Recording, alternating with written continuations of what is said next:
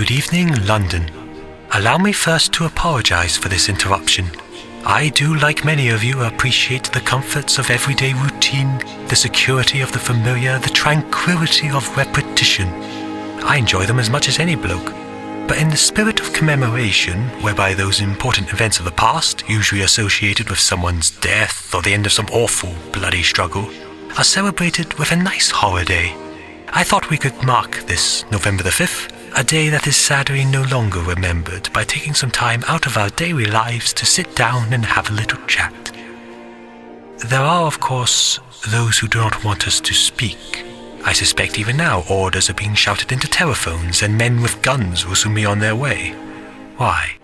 Because while the truncheon may be used in lieu of conversation, words will always retain their power. Words offer the means to meaning, and for those who will listen, the enunciation of truth. And the truth is, there is something terribly wrong with this country, isn't there? Cruelty and injustice, intolerance and oppression, and where you once had the freedom to object, to think and speak as you saw fit, you now have censors and systems of surveillance coercing your conformity and soliciting your submissions. How did this happen? Who's to blame?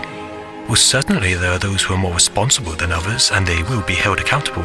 But again, truth be told, if you are looking for the guilty, you need only look into a mirror. I know why you did it. I know you were afraid. Who wouldn't be? War, terror, disease. There were a myriad of problems which conspired to corrupt your reason and rob you of your common sense.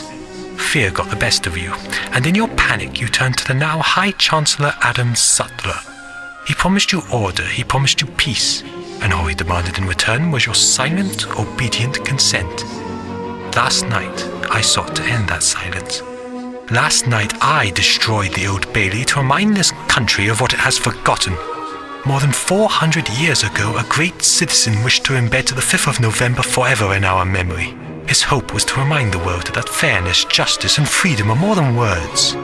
They are perspectives.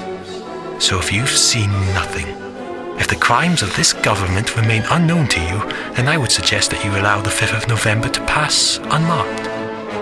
But if you see what I see, if you feel as I feel, and if you would seek as I seek, then I ask you to stand beside me 1 year from tonight outside the gates of Parliament, and together we shall give them a 5th of November that shall never, ever be forgotten.